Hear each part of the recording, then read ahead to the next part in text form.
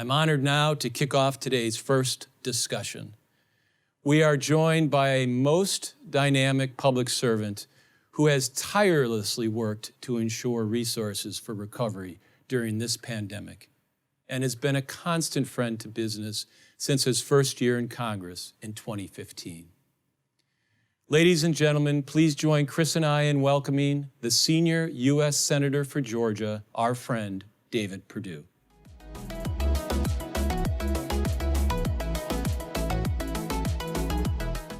Chris and I are thrilled, Senator, to have you join us today for this conversation about recovery and resilience. Thank you for coming and being a part of this day. You're a great friend of the Georgia Chamber. We appreciate you. I want to jump right into, I think, the question that probably our membership is most interested in. Talk a little bit about the CARES Act that you were so instrumental in getting over the finish line in June, and then where we are with respect to any future recovery efforts coming from Washington. Well, thanks, Peter. I know you have a full-time job, and it's pretty difficult today, too, so I appreciate your leadership as chairman. And I've told Chris this, this is when the membership gets its return on its dues. Not that they don't normally, but in a crisis like this, you guys are doing a great job getting information out and helping your members figure out how to navigate through this. It's a very difficult time. Who would have ever believed that we'd shut the government down or the economy down because of this crisis? But we did.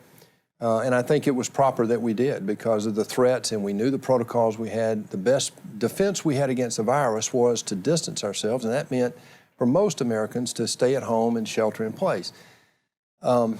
Now, once we did that, we then knew that we had to do something to help small business because they just don't have a lot of reserve to get through the few months at that point. This was back in March we were talking about this.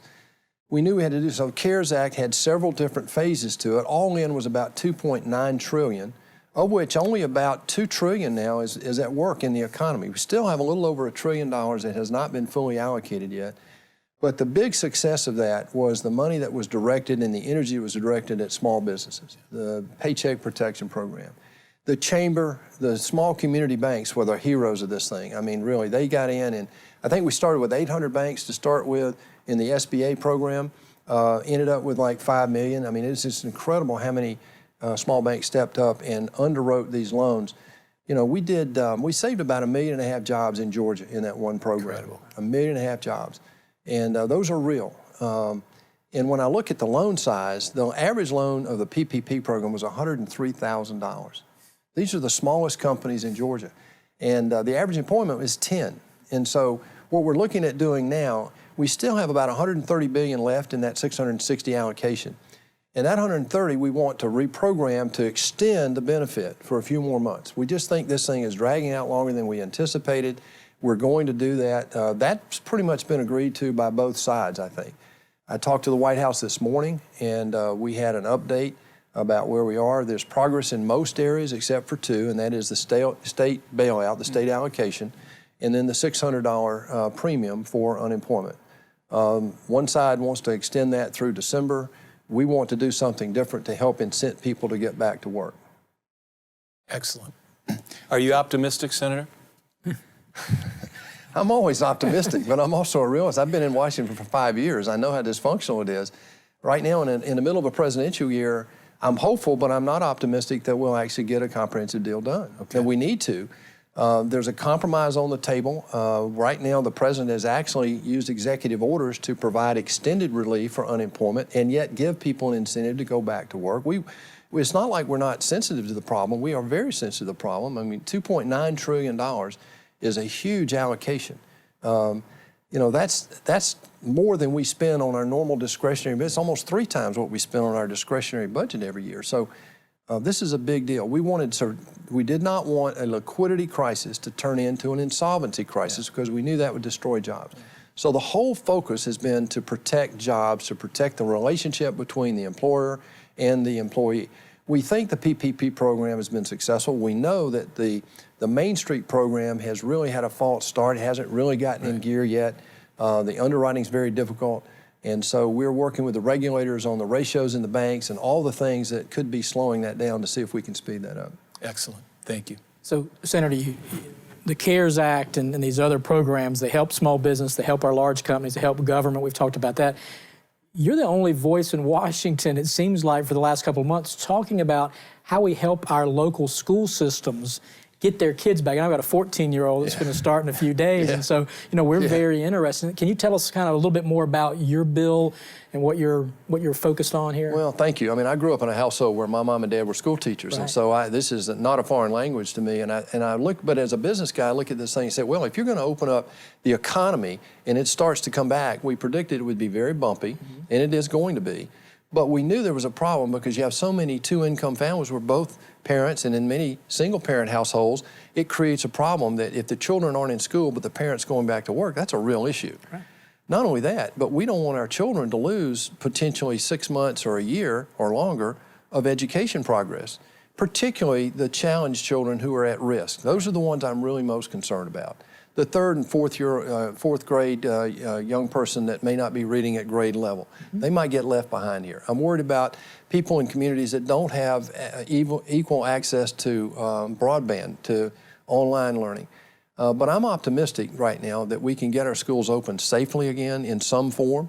I believe the best decision is made locally. My mother always preached that when I was a child, that between the parent, the teacher, the principal, the local administrators. So you've seen me, I've not been critical of anybody politically about whether they're open virtually or a hybrid or they're opening up 100%. That's their decision. What I wanted to do was put something before Congress that said, let's help them. I mean, there was really no help in there to coordinate this. So what we wanted to do, there's a grant in here, hoping to incorporate it in this next round of relief. I think it will be.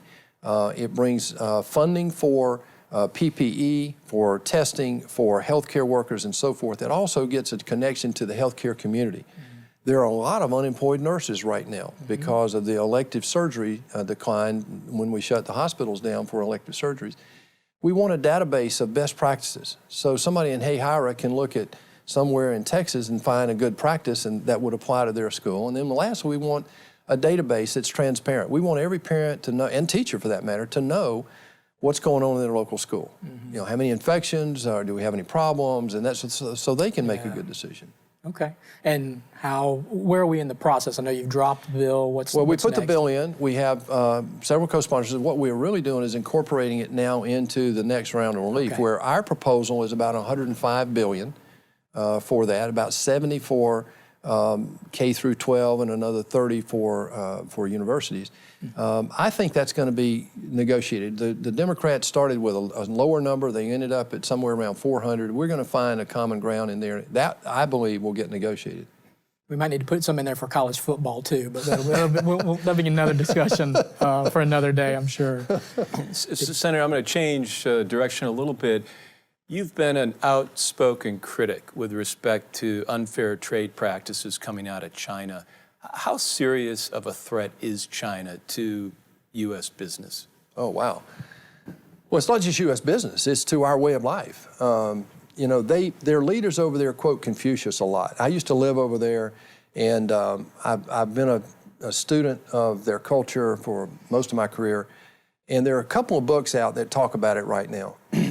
Michael Pillsbury wrote a book called The 100-Year Marathon. It shows how they're really trying over the next 50 years, by 2049, to become, the next 30 years, to become the leader of the world. In 1789, when the United States started this great experiment in democracy, the largest economy in the world was China. And they want to get back to that position. So their leaders quote Confucius all the time. And there's a saying that just as there can't be two suns in the sky, there can't be two emperors on the earth. And the word they use for emperor is hegemon. The meaning is they want to be the rule maker like they were for 4,000 years. They call themselves the Middle Kingdom. They believe they're above the rest of us, just between us and heaven. And that's not just a colloquial saying. What they've been doing over the last few decades is stealing our technology, forcing the transfer of our technology, not giving us equal access, conducting a cyber war, and not complying with the WTO. We helped them get into the World Trade Organization. They've been violating it ever since. Why? Because it gives them a distinct advantage in terms of competing. They have the second largest economy in the world. They're about to have the largest economy in the world. But what they're doing is bullying people around the world. When we backed up over the last decade in terms of foreign policy engagement, we opened the door for China to do what they're doing now, and that's expanding radically around the world. We see what they're doing in 36 ports in Africa and 52 ports in South America.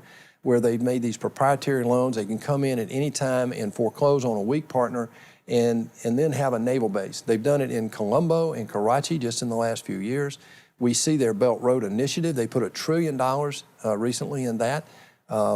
They've also done something that really shocked me when they did it. In 2013, when they saw America backing up politically from their foreign engagements in foreign policy, China stepped up and wrote this Made in China 2025.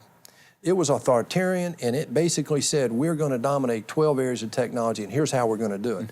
Well, the Chinese culture never tells you what they're going to do unless and until they've decided that you either don't have the wherewithal or the will to stop them. They misinterpreted the last administration. President Trump comes in and said, enough. We want equal access. We want to stop the cyber war. We want you to stop stealing our technology, and we want you to start complying with the WTO. I was over there over Labor Day and actually was part of going from a grand bargain idea to an incremental way of getting a trade process started, and we actually got a deal done. And some $40–50 billion of agriculture access that will really help Georgia. Now, and that's not why we did it, but they are the beneficiary of the first step. We're hoping to continue that. COVID-19 changes the calculus dramatically. China has to answer some questions in terms of why they, what happened in the first few weeks of this thing. In the airline industry, they shut down travel inside their own country, but they allowed international flight to continue. That doesn't make any sense to me. So this is a long-term pull with China. We need to do one thing, and that is strengthen our position with our allies. Because if you look at the GDP of all of our allies out here who believe in self-determination, it's over $75 trillion. If you look at all the self-determinant countries who can align with China, that's Russia, China, Cuba, Venezuela, it's about 20 trillion. I mean, therein lies the reality of where the world is if we step up and lead.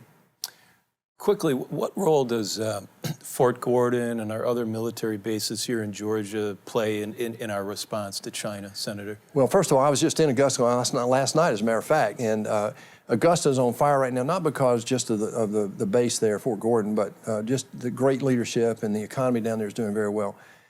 Fort Gordon now is the Army's headquarters of their cyber command. This is a big deal. The talent down there, we have an NSA, not many people know, we have one of the top 3 NSA installations in the world right there in Augusta, Georgia. This is extremely important for the national defense. Saxby Chambliss was one of the great early heroes of starting the emphasis on cyber in Augusta. Governor Deal put $50 million in a training center down there. So we've had state and local as well as federal help to make Fort Gordon a leader in this. Why is it important? Well, we saw the Equifax problem just a couple years ago where an individual company was attacked by a state actor. That's not an equal fight. Well, now we're integrating that in a way that makes us stronger and more capable in terms of deterring, and that's what we're trying to do, to deter nefarious activities in cyberspace. Look, the world's more dangerous than it's been in my lifetime right now. It used to be just air, land, and sea were the domains. Right? Well, now it's air, land, and sea, cyber, and space. And so this is a real challenge to America as we look at our resources and how we allocate resources, what we do with our military, and that sort of thing. The next thing then is, the players change. It was a mano-a-mano thing for 50 years with the Soviet Union, the Communist Party. Well, today you have China, Russia, North Korea, Iran, and terrorism has not gone away. And so it's a very complicated matrix we're trying to deal with. Cyber and Georgia are right in the middle of that. Robbins Air Force Base is a new center for the Advanced Battle Management System, which is the new direction of the military. All branches are headed. I'm just so proud of the people who work there and support it, and because they would never have chosen Fort Gordon if we didn't have the talent and the capability to do that. No question. Yeah. No question. And we have a pretty good airline here located in the headquarters in Atlanta, too. Thank you, Senator. We appreciate it. A great that airport too. and a great port. So, I mean, all of that kind of fits into their calculus. So. I think the infrastructure of Georgia is without peer, which we're grateful for. Yeah. Changing gears a little bit again, you've been one of the real leaders around immigration reform and real immigration reform. Could you give an update to our membership about just where you are with respect to those efforts? Yeah, I mean, I'm a business guy, but I've lived outside the country. I've been an immigrant, in other countries, and it's a double-faceted issue. It really is. Number one, we want to protect the sanctity of our borders. That's just what civilized countries do. We want to do that. we also want to bring in quality people. This country was built on immigration. I mean, there's just no question about it. So there's a great misunderstanding when you want to, confusion around when you want to protect the sanctity and integrity of a border, doesn't mean you want to shut down immigration. To grow this economy at 3%, all the economists tell you have to have a healthy immigration system that's at least 1 million plus. We bring in 1.1 million legal immigrants a year. The problem is, back in 1965, we went away from what was basically a merit-based immigration system to basically a family-based immigration system, which means that if I come in, I can bring my cousin, my uncle, my aunt, my grandparents, and so forth.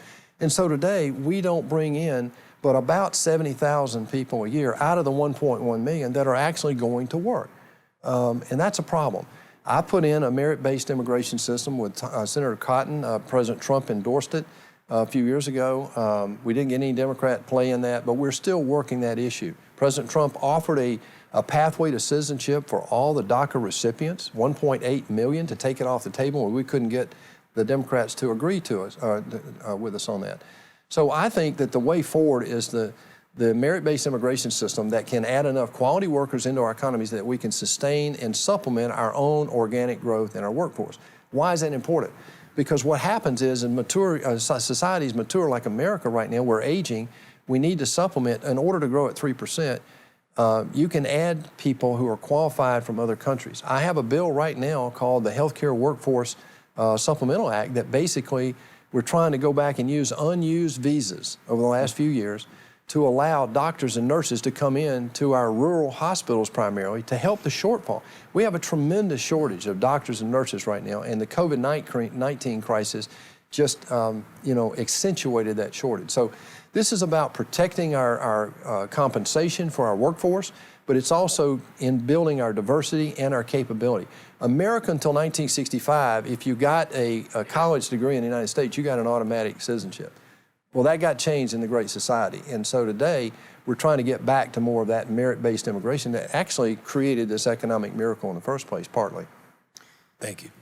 Senator, I think that's a great lead in to kind of the next part of our program, too. When you talk about immigration, the world is going through COVID right now, but we're also going through some significant social change. And we're having a lot of discussion around what equality really looks like. And I know we all miss John Lewis and had an incredible impact on our state.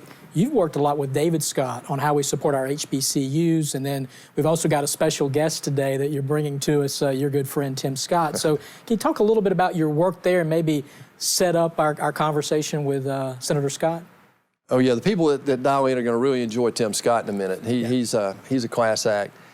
We're going through a very difficult time, but this isn't the first day of that difficult time.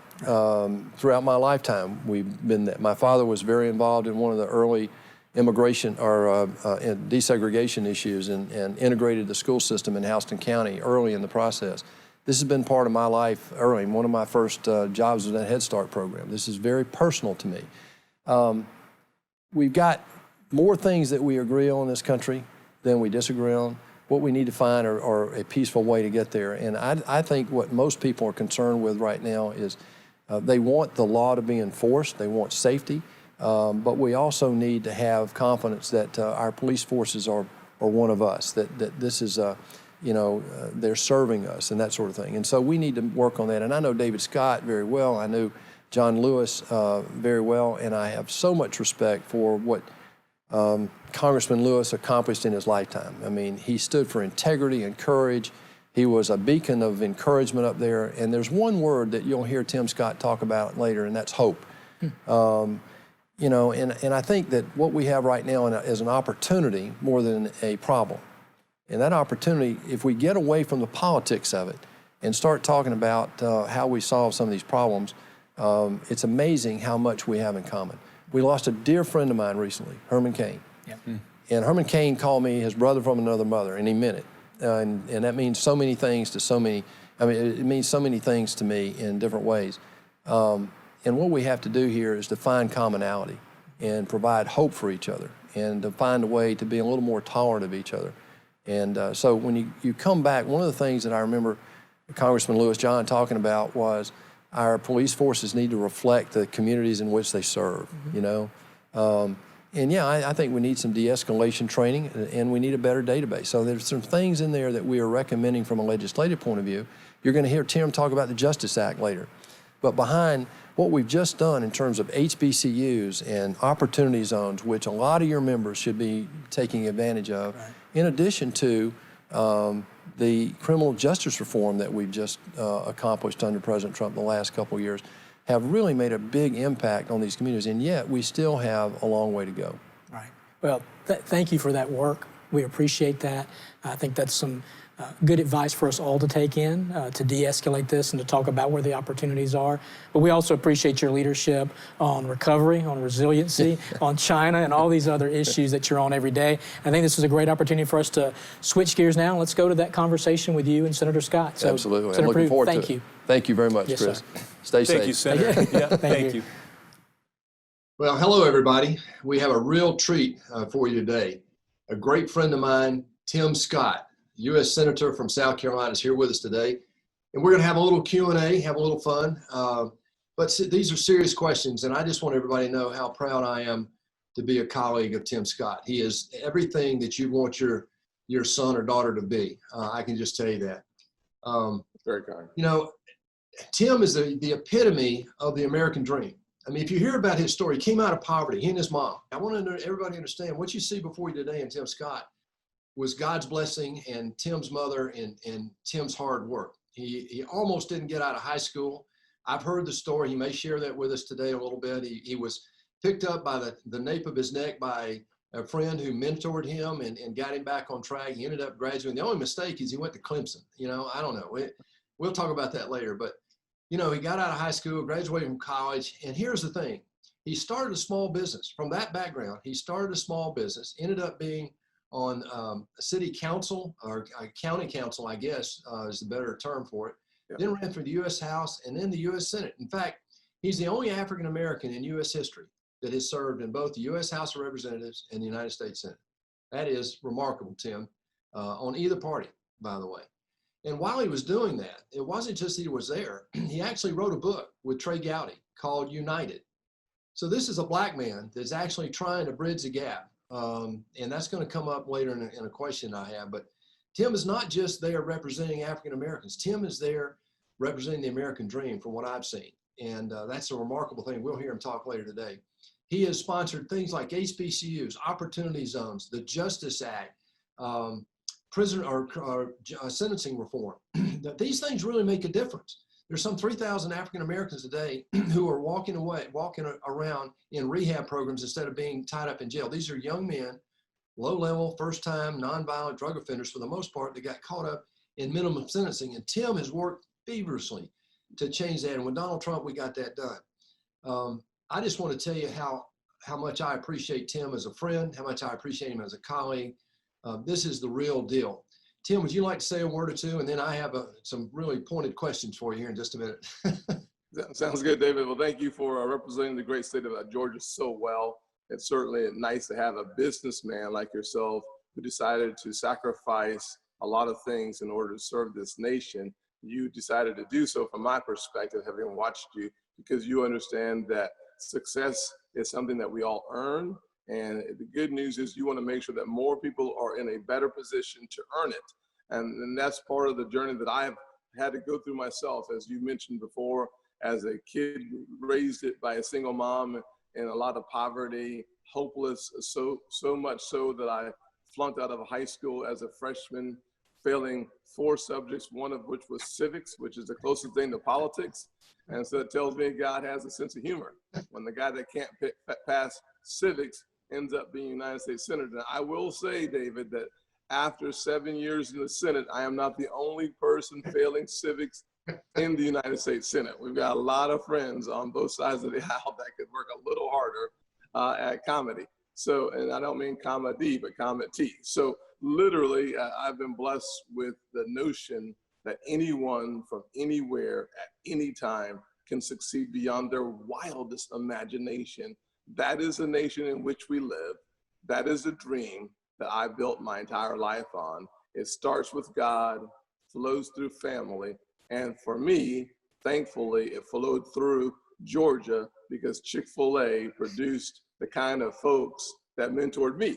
And so my mentor was a Chick-fil-A operator. And because of his tenacity and his business mind, he taught me that you could think your way out of poverty, not suggesting that those in poverty don't think, but suggesting that Tim Scott, the kid that just flunked out of high school, wasn't using his cranial cavity for something more productive than football. He was right. And because of that mentor and the love of a mother and the prayers of that mom, I am able to have this conversation with you today. Good news is, for every other kid in the nation, it's possible for you too. And that's why you're serving the United States. And I've heard you give that story, and it really is inspiring to me as your colleague. Let's just start off with the toughest question first. I mean, you know, you look at what's going on in America, and it didn't just start this year. You and I grew up in the South, you in South Carolina, me in Georgia. We're talking to a bunch of Georgians today, but we're talking to a lot of people from all over the country, frankly, who have come to Georgia because of the economic environment down here. But we've seen our cities, you know, afire. You know, we've seen looting, we've seen law and order thrown out the window in some major cities around the country. And we see the racial divide show its head again. And in the midst of that, I want everybody to know that Tim really has worked like a Trojan to do and propose this Justice Act. And I give him all the credit for that. There are a lot of others that kind of helped with the wording and that, but Tim has been the driving force. And if any of you have seen the speech that he gave on the floor of the United States Senate, it's one of the most moving speeches I think that we've ever seen on the floor of the United States Senate. Tim, talk to us about the Justice Act. What was in your head? What's in your heart? And also talk about a little bit how the history you have with Trey Gowdy. And let me say this too. When Charleston happened, when those murders in Charleston happened, Charleston could have burned down. But because of Tim Scott and a lot of people in Charleston, they offer us a model for the way forward here. I'd love for you to talk about that briefly too. Well, David, I'll start there. There's no doubt that after the racists walked into a church, the church that my uncle attended for 50 years of his life, and killed 9 worshipers, one of whom was the pastor and a close friend of mine, Clemente Pinckney, the first guy to call me senator. You would think that in the birthplace of the Civil War, that it would have erupted another civil war. And frankly, the killer's objective, as he stated it, was in fact to start a civil war, a race war. And luckily for us, it did not happen because the 9 family members stood up within 36 hours and remembered Matthew 5:44, to love those who hate and persecute you, to pray for your enemies. And they looked that killer in the eyes and said, "We forgive you." Our entire state stopped and paid attention. And what we learned there very quickly through 9 grieving family members, we learned what it meant to really embody the concept of Christian love, to embody the concept of sacrificial offering. They gave him an offering that he did not deserve, could not earn, and yet it was his. It was forgiveness. The love offering of forgiveness changed my state, and frankly, the world watched in their stunned silence. They watched as we started holding hands and coming together. We did remarkable things, and even today, 5 years and a little bit more than 30 days later, we still find ourselves in a far better position than we should have been in. And much to do because we had a strong governor, Nikki Haley, myself, so many others, Lindsey Graham, Jim Clyburn. We all came together, Republicans and Democrats, blacks and whites, came together looking for one thing, looking for love. And here's what I've learned in life, David. You find what you look for. It's a simple concept, but you really do find what you look for. And I will say that the night that just atrocity occurred, that murderer walked into the church, I turned to Trey Gowdy, my best friend in Congress, and he and I grieved together. It was a horrific night, and it just got worse over the next few days. But I'll say out of that pain and misery, was born the concept of Unified, the book that Trey Gowdy and I wrote together. And I will say that Trey and I both are Carolina fans, by the way, and I will say that we love the Cowboys, we love the Lakers, we love the Gamecocks, we love each other. But here's what we learned. There's about 98% of the things that we have in common when it comes about destiny and life and foundation, but we really disagreed on some serious issues. And we were able to get together and learn and walk the road together, because here's what we both know.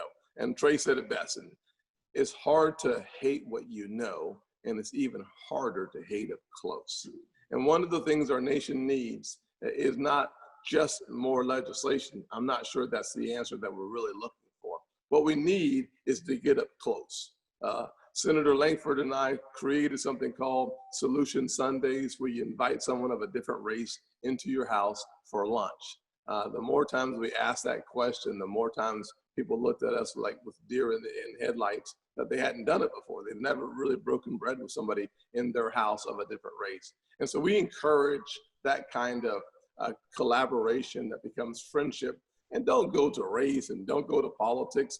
Talk about football and why it is that the Georgia Bulldogs keep beating my Gamecocks. I mean, talk about something that's really controversial. And if you do that, you'll find yourself in a position where, in fact, you learn that you have so much in common that it gives you permission to deal with the challenges. And that's what I was trying to do with the Justice Act. I was trying to deal with the challenges by focusing on what we had in common. And I took the House legislation and I laid it as the foundation for 2/3 of my legislation, and we moved forward. Unfortunately, there were, I'll just be blunt, presidential politics, choosing of a vice president, that got in the way in the Senate.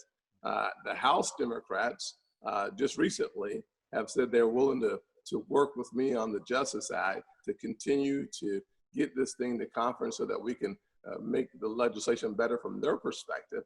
And I'm going to pull them my way as well. So there are good people of good conscience on both sides of the aisle. Unfortunately, when it comes to presidential politics and picking a vice president, that literally brought our Senate to a halt, as the Democrats were unwilling to negotiate on something that they agree with over 70% of it. Well, unfortunately, Tim, we see that a lot when, particularly in an election year, presidential politics, throws bipartisanship out the window. And unfortunately, the Justice Act is a victim, but we're not giving up on that. Talk to us a little bit about how important, we have 260 of those opportunity zones in Georgia, in the most economically challenged areas of our state. And it's not just Atlanta. I mean, they're all over the state, 260, imagine. So this is all born out of the opportunity zones that you envisioned. We drove it in the Senate, got bipartisan help, and got it done. Walk us through how that's going to change the face of America, particularly in those cities of color. Opportunity zones were born out of pain for me. The why is always more important than the how from my perspective. The stronger the why, the easier the how, the clearer the what. And so from my perspective, opportunity zones were the cry of a 7-year-old kid that I used to be, trying to figure out how to get out of the wrong neighborhood into the right neighborhood. And what I learned as an adult is sometimes, because so few can actually get out of bad neighborhoods, let's bring the investments back to those neighborhoods. Because here's the truth: the neighborhood might be tough, but the people are good. So when we say bad neighborhood, we're not talking about the people. The people are 99% really, really good people. They just don't have the means to get out economically, and that's what makes the neighborhood so to speak, distressed or bad or challenging. It's the fact that economic opportunity is too elusive.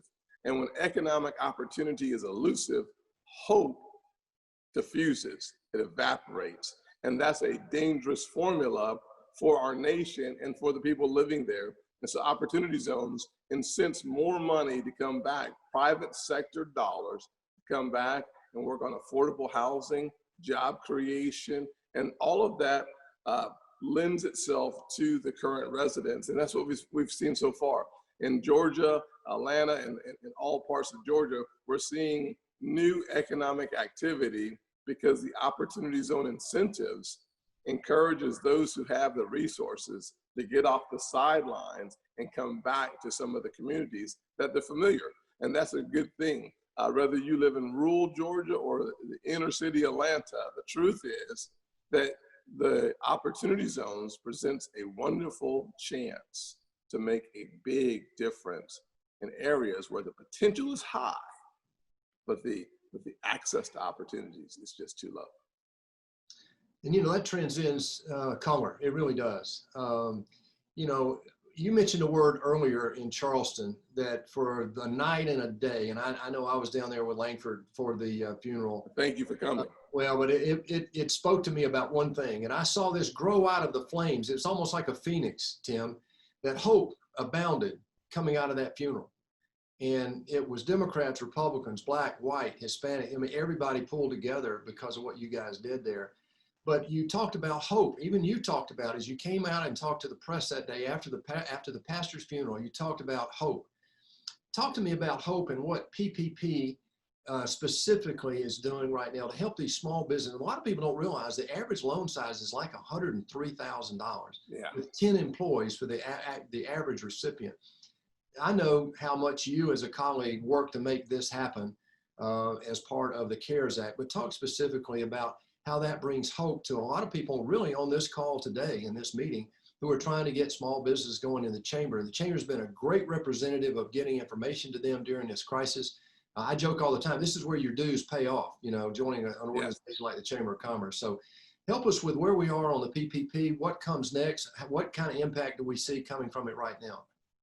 Well, David, let me just say this as it relates to hope. One of the things that makes you hopeful is when your friends show up when you're down. And in many ways, we hope that the Paycheck Protection Program, it's like a friend showing up when you're down. When you need help, there's someone there to extend a hand to you and help you get back on your feet. And that's what you did for me, frankly, after the Charleston shooting. You came down along with Senator Langford and Dan Sullivan, three folks that I'll never forget who made the journey to Charleston just to be with a friend. And you all picked me up by pulling me up. And I remember sitting at a small business, California Dreaming, while we were having lunch. And we were talking about the nation and the misery of the painful situation. And I was hope-filled, not just hopeful, but I was filled with hope because I had people there that loved me enough to put their schedules to the side. That's the kind of person that you all have representing you in the state of Georgia, someone who steps aside, throws everything down, and runs towards the problem, runs towards the pain. You want to keep people like that leading your state. I will say that that's exactly why the Paycheck Protection Program is so important. It runs into the problem and says to the small business owner, I feel your pain. Here's my hand. We extend the hand and we help pull them back up. And what that looks like in the first round was 8 weeks of payroll that was a small loan that becomes a grant as long as you use the money for the payroll. And then there was an additional equivalent of 2 more weeks that provided for your overhead. That too became a grant as long as you used it for its intended purposes. That is the way that we helped to stabilize. And my numbers, David, is about 50 million American employees were able to keep their jobs, and almost as importantly, have a job to come back to. Because had we not stabilized those businesses, we would have lost those 50 million jobs. And we complain about how crazy the environment is, and we should be saying, wow, this is different. And we are. But here's what's really cool. What's really cool is that our unemployment rate has dropped precipitously because there's a job to come back to. That's like manna from heaven. It's not enough yet, but it's heading in the right direction. We went from 3.7% unemployment rate to 14.7 to 13.2 to 11.1 and now 10.2. I think it was 10.1. So we are seeing the manifestation of hope for people, too many of whom have to work paycheck to paycheck, but they want to work. And we gave them an incentive that we being the Congress in a bipartisan fashion gave an incentive to employers to keep their doors open, to feel the pain but not respond to it because they knew help was coming, and to 50 million employees and 100 million family members attached to those employees, that we were able to do something significant. And I believe we're on the cusp of doing something significant again. And that's really good news for small business owners. I used to be one for 15 years. I had 2 or 3 businesses. You've been a CEO of major companies. And so we both know that if we keep that lifeline out there, a good economy makes a lot of things possible. Well, everyone, unfortunately, we're out of time. I think you can see the quality that I was relating to earlier. To see a young man like Tim Scott talk about things of this nature with the breadth and the heart that he does is very inspiring. I count him as a dear friend, and I have to tell you, it's inspiring to me to be on the floor of the Senate with the quality of man that you see before you today. Tim, thank you. It makes us confident for the future of our country when we see young men like yourself. God bless you, man. Thank you for everything you're doing. Thanks for doing this today. Thank you, David. Thank you for your leadership in the United States Senate and nationally. And thank you for being the kind of friend I can lean on. God bless you. See y'all soon. Thank you. Stay safe.